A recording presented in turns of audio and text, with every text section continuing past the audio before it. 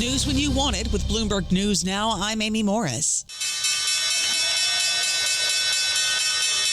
And there's your closing bell for this Monday on Wall Street, a decidedly risk-off kind of day where traders are preparing for Nvidia's earnings report and the jobs report. Those are both coming later this week, and they'll be key in shaping the outlook for markets. We bring you those closing numbers each day here at Bloomberg. Right across the screen, the S&P 500 lost 62 points, NASDAQ down 193 points, the Dow lost 557 points, that's about 1.2%, and the Russell 2000 Index lost 47 points, that's nearly 2%. The 10-year Treasury yield at 4.13% and the 2-year yield at 3.6%.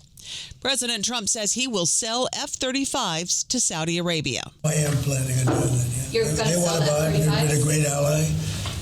They've got to like us very much. Look at the Iran situation, what we did in terms of obliterating, we obliterated their nuclear capability. Yeah, I will say that we will be doing that. We'll be selling F-35s. Saudi Arabia's Crown Prince Mohammed bin Salman will be at the White House tomorrow. And President Trump says it would be okay if the U.S. were to carry out military strikes inside Mexico to prevent drugs from entering the U.S. Would I launch strikes in Mexico to stop drugs? It's okay with me. The president added that he would be proud to, quote, knock out cocaine factories in Colombia. Lawyers for Fed Governor Lisa Cook are disputing allegations by a Trump administration official that she committed mortgage fraud. In the first comprehensive response to the accusations back in August, Cook's attorneys sent a letter to Attorney General Pam Bondi saying that the case against Cook largely rests on one stray reference in a 2021 mortgage document that was plainly innocuous. The Supreme Court has said it would hear arguments in the case in January. The judge in the James Comey case has scolded the Justice Department for what he calls a disturbing pattern of profound investigative missteps when it secured an indictment against the former FBI director. Magistrate Judge William Fitzpatrick is ordering the release of the grand jury materials, citing the possibility of government misconduct possibly tainting the proceedings. Comey faces federal criminal charges of making a false statement and obstruction related to his 2020 testimony to Congress. The Epstein bill is set for a vote in the House tomorrow. Republican supporters are hoping it will pass with a veto-proof majority. Democratic Senator Mark Warner says that would put more pressure on Senate Majority Leader John Thune to bring it to a vote in their chamber. I mean, it's kind of hard when the president now is saying, oh, nothing to see here. Let's get all these files out. We've been asking for that for months. Yeah. For Senator Thune to then say we're going to ignore, some overwhelming majority. And how would you go about explaining, well, the president says it's okay for the House to do it, but not the Senate to do it? End of the day, the American people need to see these files. Hear more from Virginia Senator Mark Warner on the Bloomberg Balance of Power podcast.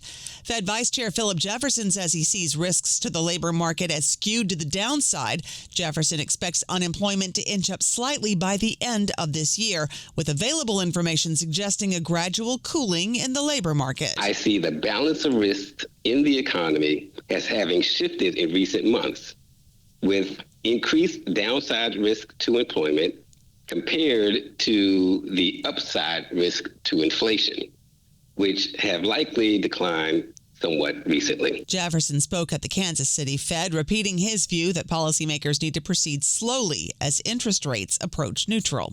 Fed Governor Christopher Waller repeated his view that the central bank should lower interest rates next month, citing a weak labor market and monetary policy that is hurting low and middle income consumers. He gave a speech in London saying that another rate cut would be good, quote, risk management. The Trump administration's top official at FEMA is leaving his post after about 6 months. FEMA acting chief David Richardson resigned today. He had no emergency management experience when he took on the role and was publicly criticized for FEMA's handling of catastrophic 4th of July floods, which killed more than 130 people in Texas. Trump has not named a new nominee to run FEMA. Legally, the only people who qualify are those with skills in emergency management. The job requires congressional confirmation. That's news when you want it with Bloomberg News Now. I'm Amy Morris. This is Bloomberg.